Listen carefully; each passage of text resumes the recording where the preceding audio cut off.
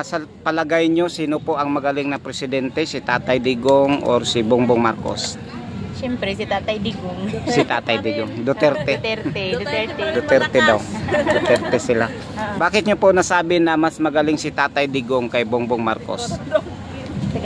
Tagalog ang tuwag.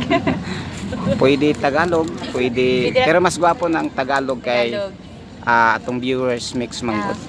Okay, so para sa akin mas maganda pa rin nung time ni Duterte kasi kung issue about sa droga, so naano yun siya, na-lesson siya ba?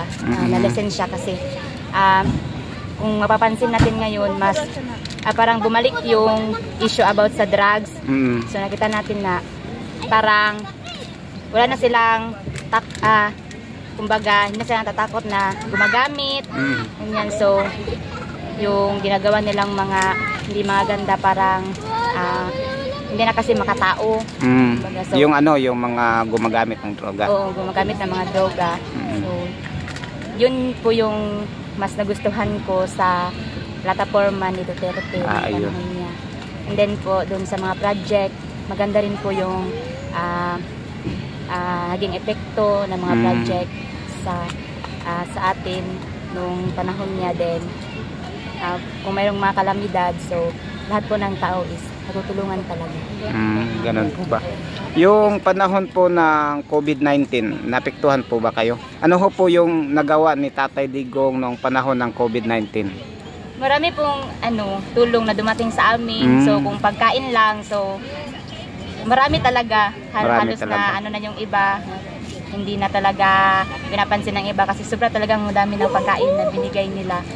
So yun po yung hindi po kami nagutom noong panahon po ng COVID. Talagang may nagawa si Tatay Digong. Ito na lang, sabi mo mas magaling si Tatay Digong kay Bongbong Marcos. Kung ikumpara natin si Tatay Digong at kay Aquino, si Ninoy Aquino, yung anak. Noynoy pala, Noynoy Aquino. Noynoy or Ninoy? Noynoy yata. Okay, Noynoy. Kilala mo ba si President Noynoy? Nabutan mo pa ba? Hindi na. Si Gloria Macapagal Arroyo, nabutan mo? Hindi rin. Hindi rin. Siguro nabutan ko pero hindi pa kasi ako masyado talaga sa mga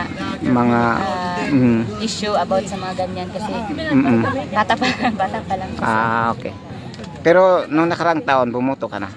Hindi pa? Hindi pa. Pero ngayon bumoto ka na. Ayun mga kaibigan, napakinggan po natin sila Ma'am Duterte pa rin? Duterte. Talagang magaling daw sila Duterte. Mamahala sa ating bansa. Maraming salamat po. Maraming salamat.